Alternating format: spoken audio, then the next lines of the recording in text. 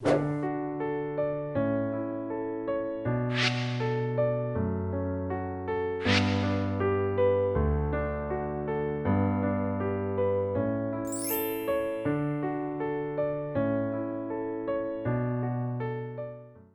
여러분 안녕하십니까. 금요명상 다석을 아십니까 시간입니다. 5천년 한반도의 역사 가운데 우리 한민족은 기독교와 불교 그리고 유교와 도교를 수입해서 우리 사상화했습니다. 과연 우리 한민족의 철학은 무엇일까요? 바로 다석사상은 한글로 우리 한국 철학을 한 유일한 사상이고 인류가 숭배하는 모든 종교의 경전을 하나로 회통시켜서 이제는 대한민국이 사상 수입국에서 최초로 사상 수출국으로 거듭날 수 있다고 대한민국 캐토릭의 성서신학의 대부이신 정양모 신부님께서 말씀하신 바도 있습니다. 성서 수출국, 즉 K-스피리추얼리티의 수출국, K-영상의 수출국, 가슴 벅차오르는 일 아니겠습니까? 다석사상과 함께하는 오늘 이 시간 바로 다석사상 연구회의 김성원 선생님이 스튜디오에 나오셨습니다. 반갑습니다. 김 선생님 어떻게 네. 사상 수출국 가슴 벅찬 일이죠? 가슴 벅차고 우리가 지금까지 회장님 말씀하신 대로 사상과 종교를 수입만 해왔다면 그러면 21세기는 우리가 한번 다석사상을 해외에 소개하고 수출하는 그래서 그러한 새로운 대한민국을 세계에 알렸으면 좋겠습니다. 그렇습니다. 저 개인적으로는 21개 언어로 영어를 포함한 21개 언어로 전 세계로 다석사상을 소개하는 시간이 오지 않으리라고 생각을 합니다. 그렇습니다. 시청자 여러분, 초여름의 기운이 무르익는 이 시기에 진실한 마음이 절절하게 빛나는 다석을 아십니까? 꾸란 해설에 오신 여러분을 환영합니다. 오늘은 꾸란 제26장 슈아라 즉 시인들의 장을 함께 읽어보겠습니다. 이 장은 신앙과 불신의 분명한 대비를 통해 애언자들의 사명이 무엇이고 왜 사람들은 이를 거부했는지를 선명하게 보여줍니다. 김선 선생님, 이 부분 아주 시인들이라는 구절 자체도 좀 특이하잖아요. 멋지잖아요. 네. 어디 뭐 성서에서 불경에서 이런 뭐 시인들 장을 못 봤잖아요. 못 봤습니다. 근데 우리 꾸란에서 시인들. 네, 타성님은 아시잖아요. 네. 1300수의 한문시와 또 무려 1700수의 한글시와 시조를 남기셨잖아요. 그렇습니다. 그래서 다성님도 영성가자 사상가이시지만은 또한 시인이셨다라는 말씀을 드리고 싶습니다. 그렇습니다. 그러니까 이 슈아라 원래 시인이라는 것은 샤이르가 이제 단수인데 복수로 해서 슈아라 하면 메카에서 계신된 장으로 총 227절에 달하는 긴 장이죠.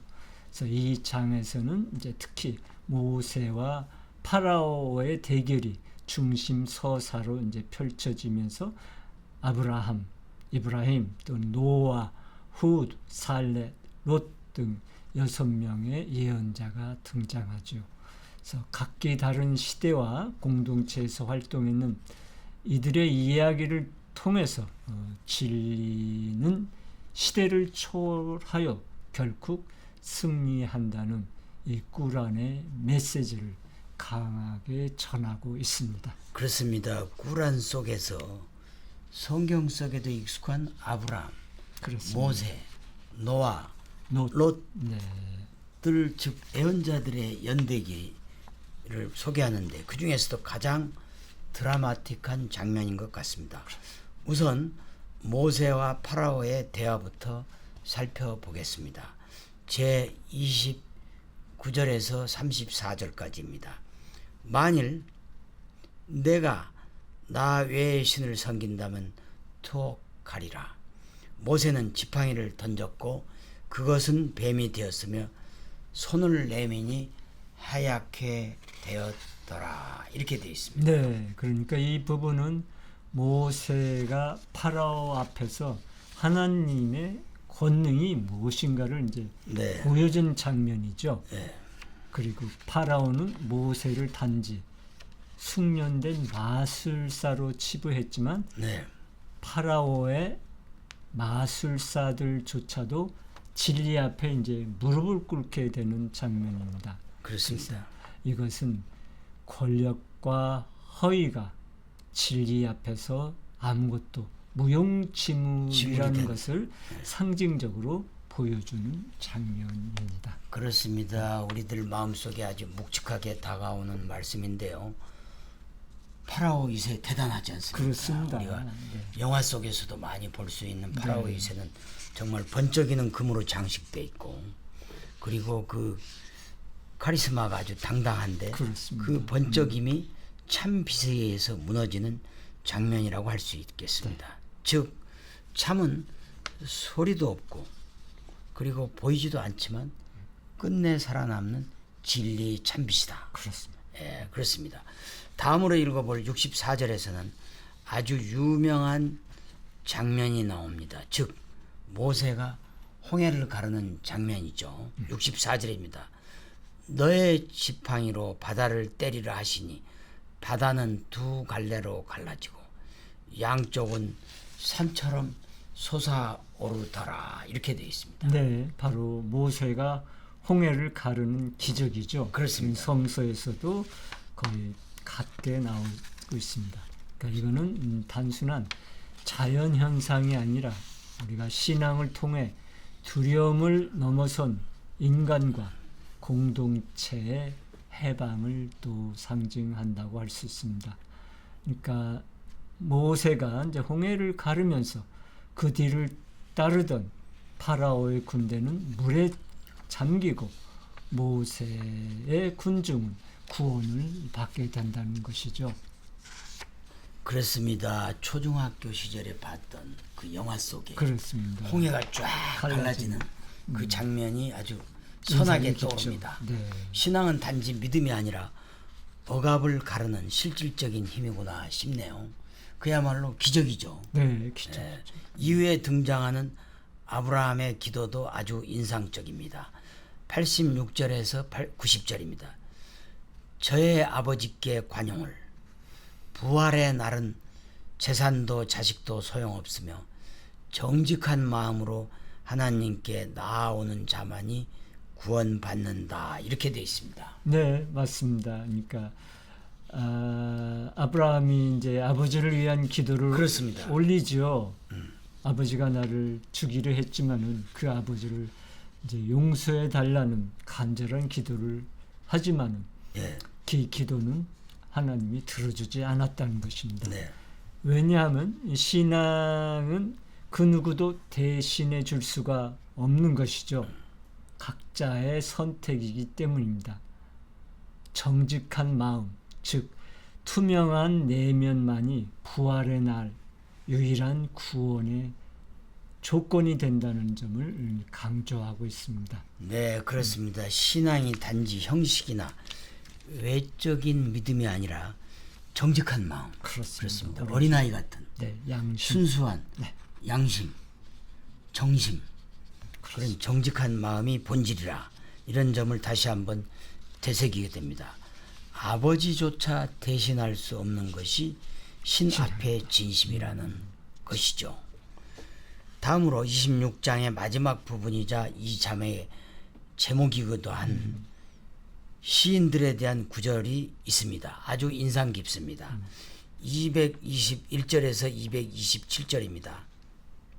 사탄은 거짓된 자들에게 내려오며 시인들은 계곡에서 방황하고 사악을 따르되 믿음과 선을 실천하는 자는 외라. 이렇게 되어 있습니다. 네, 그러니까 이 대목은 꾸란이 시와 예술을 비판한다기보다는 계시 없이 떠도는 언어를 경계하고 그렇습니다. 있는 것입니다. 선지자 무함마드가 시인 취급을 받을 때 꾸란은 그것이 신의 계시라는 점을 분명히 그렇습니다. 하고자 했습니다. 그러니까 말이 많고 감성이 풍부하더라도 진실을 말하지 않는 신은 혼돈을 주며 위험할 수 있다는 경고입니다. 네, 그렇습니다. 시인들이 모든 계곡에서 방황한다는 표현이 가슴에 와 닿습니다. 말이 많고 언어가 화려하더라도 그 안에 진심과 계시가 없다면 결국 빛을 잃는다는 말씀이겠죠. 결국은 요즘 MZ세대가 좋아하는 삼행시로 하면 진통제. 그렇습니까? 진심이 통하는 게 제일이다. 진통제가 진통제가 신앙의 특효약이라고도 할 수 있겠습니다. 그러면 마지막으로 오늘의 말씀을 정리하시면서 다석 이용모 선생님의 어록 한 구절 오늘의 말씀과 연결해서 소개해 주시죠. 그렇습니다. 다성님은 초제일관 참을 찾고자 하셨죠. 네. 찾고 찾아서 마침내는 참을 찾아서 구경각에 이제 이르셨습니다. 예. 다성님은 이렇게 말씀을 다성님은 이러한 말씀을 남기셨습니다. 그러므로 참은 아주 가까운 데 있다. 내 속에 있기 때문이다. 참은 아주 쉽게 찾을 수 있다. 참은 왜 쉽게 찾을 수 있다고 했습니까? 저기 멀리 하늘나라 먼 그렇습니다. 위에 산 꼭대기에 있는 것이 아니라 바로 우리 마음속에 있기 때문에 우리가 마음속은 언제든지 쉽게 들어가고 나갈 수가 있잖아요. 그렇습니다. 가깝기 때문에 가장 가까운 데 있다고 해서 참은 쉽게. 불교에서도 그렇죠.